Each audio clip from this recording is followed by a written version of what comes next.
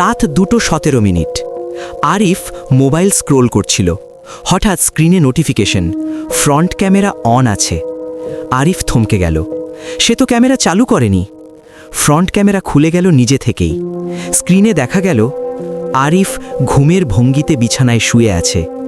কিন্তু সমস্যা একটাই, আরিফ তো এখন বসে আছে। হঠাৎ স্ক্রিনের ওই আরিফ চোখ ঘুরিয়ে ক্যামেরার দিকে তাকালো। চোখ পিটপিট করল না, একদম না। তারপর ধীরে ধীরে মুখ খুলল। কোনো শব্দ নেই, কিন্তু ফোন কাঁপতে কাঁপতে স্ক্রিনে লেখা উঠল, পিছনে তাকাস না। আরিফের শ্বাস আটকে গেল। তার ঘাড়ের পেছনে এখন ঠান্ডা নিঃশ্বাস লাগছে। আরেকটা মেসেজ, আমি তোকে অনেকক্ষণ ধরে দেখছি। ফোনের স্ক্রিনে থাকা ওই আরিফ এবার বিছানা থেকে উঠল। ক্যামেরার খুব কাছে এসে ফিসফিস করে ঠোঁট নাড়ল।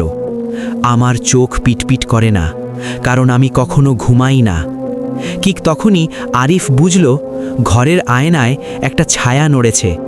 আরিফ চিৎকার করতে গিয়েছিল, কিন্তু গলা দিয়ে কোনো শব্দ বেরোলো না, কারণ আয়নায় দেখা যাচ্ছিল আরিফ চুপচাপ দাঁড়িয়ে আছে, হাতে ফোন, আর পেছনে কিছু একটা তার কাঁধে হাত রেখেছে। এখনও রাত 2:17। সময় আর এগোচ্ছে না।